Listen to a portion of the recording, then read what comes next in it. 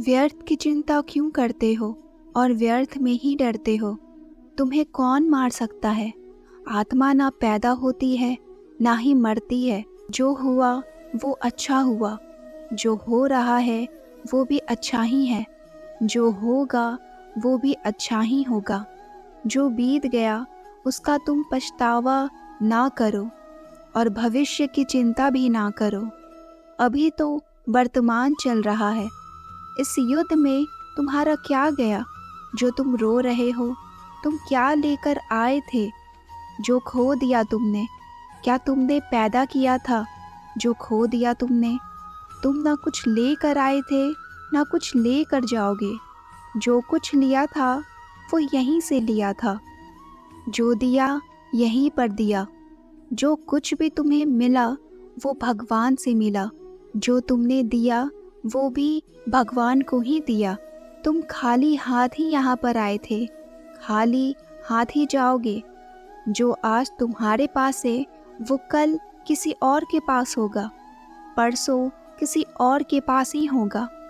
तुम इसे सत्य समझकर खुश रहो। बस यही बात तुम्हें अंदर से खुश कर सकती है। परिवर्तन ही तो संसार का नियम है। जिसे तुम मृत्यु समझते हो वही तो एक नया जीवन है। इस संसार में तुम एक ही क्षण में करोड़ों के स्वामी बन जाते हो।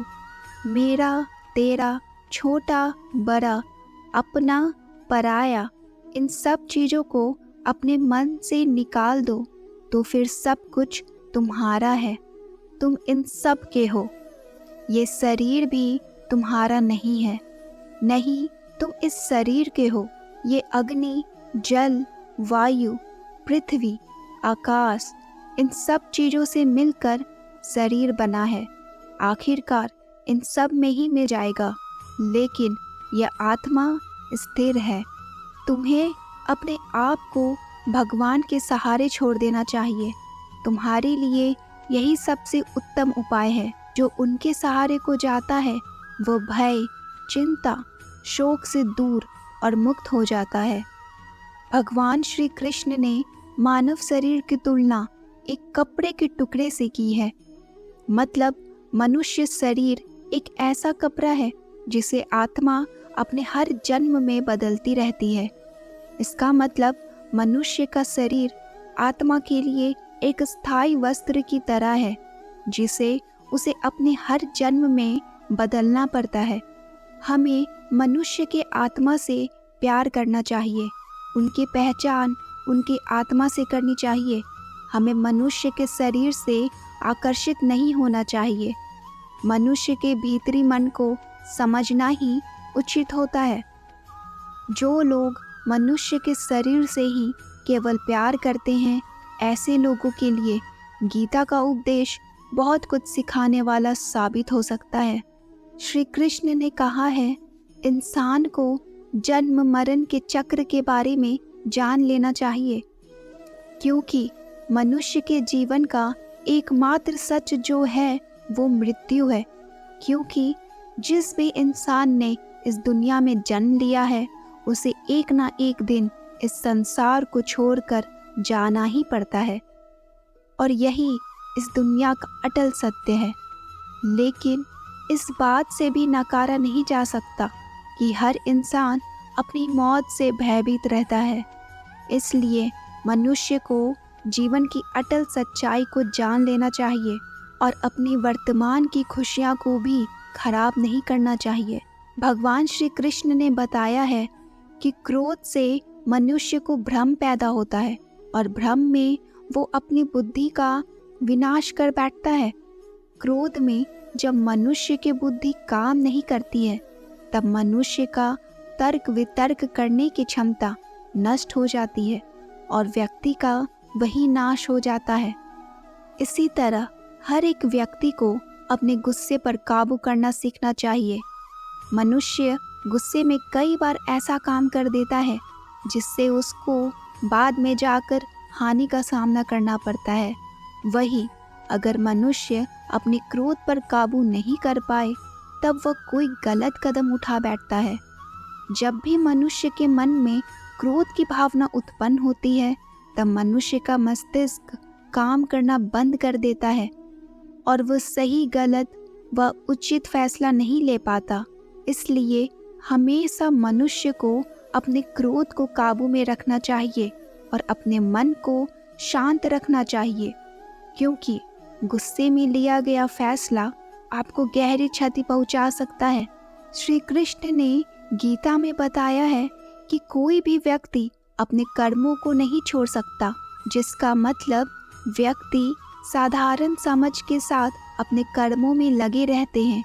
उन्हें अपने कर्म से हटना या छोड़ना नहीं चाहिए, क्योंकि वह ज्ञानवादी नहीं बन सकते हैं। वहीं अगर मनुष्य अपने कर्मों से पीछा छुड़ा ले या अपने कर्म करना बंद कर दे, तब वह अपने रास्ते से भटक जाता है। संसार का नियम है जिसके मुताबिक मनुष्य को अपने कर्मों को करते रहना होगा। जो व्यक्ति अपने कर्मों से बचना चाहता है या वो अपने कर्म को करना बंद कर देता है, ऐसी परिस्थिति में वह मनुष्य मन ही मन में डूबता जाता है। जिस व्यक्ति का जो स्वभाव होता है वह उसी के मुताबिक अपने कर्मों को करता है। इंसान कर्म करने में तो अपनी मनमानी कर सकता है, मगर फल भोगने में नहीं। ना वो होता है जिसके साथ बातें खुलकर की जा सके, ना कि संभल कर। मनुष्य अहंकार और गलती के कारण महत्वपूर्ण चीज़ों से दूर रहता है। गलतियाँ सच नहीं बताते और अहंकार सत्य को देखने नहीं देता। अगर जिंदगी आपके साथ खेल रही है तो आप निश्चित ही एक बेहतरीन खिलाड़ी होंगे। जिंदगी का काम है ठोकर मारना, बिखरना या निखरना, ये तो आप पर निर्भर करता है। जब लोग पूछते हैं आप क्या काम करते हैं, तो असल में वो हिसाब लगाते हैं कि आपको कितनी इज्जत देनी चाहिए। जिंदगी भगवान का दिया हुआ एक उपहार है, इसे यूं ही बर्बाद मत करो। जीवन में हमें कभी खुशी मिलती है तो कभी दुखों का सामना करना पड़ता है। जीवन ही एकमात्र ऐसा शिक्षक है जो परीक्षा पहले लेता है और शिक्षा बाद में देता है। आपका सम्मान उन शब्दों में नहीं जो आपकी उपस्थिति में कहे गए, बल्कि उन शब्दों में है जो आपकी अनुपस्थिति में कहे गए होंगे। झुकने से अगर रिश्ते सुधर जाते हैं तो झुक जाओ, लेकिन बार बार आपको ही झुकना पड़े तो रुक जाओ। जिंदगी के सबसे कड़वे सबक अक्सर मीठा बोलने वालों से ही सीखने को मिलते हैं। जो व्यक्ति अपने मन को काबू में कर सकता है वो जिंदगी में कुछ भी कर सकता है। इंसान की अच्छाई पर सब खामोश रहते थे, लेकिन चर्चा अगर उसकी बुराई की हो तो गूंगे भी बोल पड़ते हैं। श्री कृष्ण कहते हैं, मैं तुम्हारा बीता हुआ कल तो ठीक नहीं कर सकता, लेकिन तुम अगर वर्तमान में कुछ अच्छे कर्म करोगे, तुम्हें तुम्हारे आने वाला कल ज़रूर उजागर करूँगा।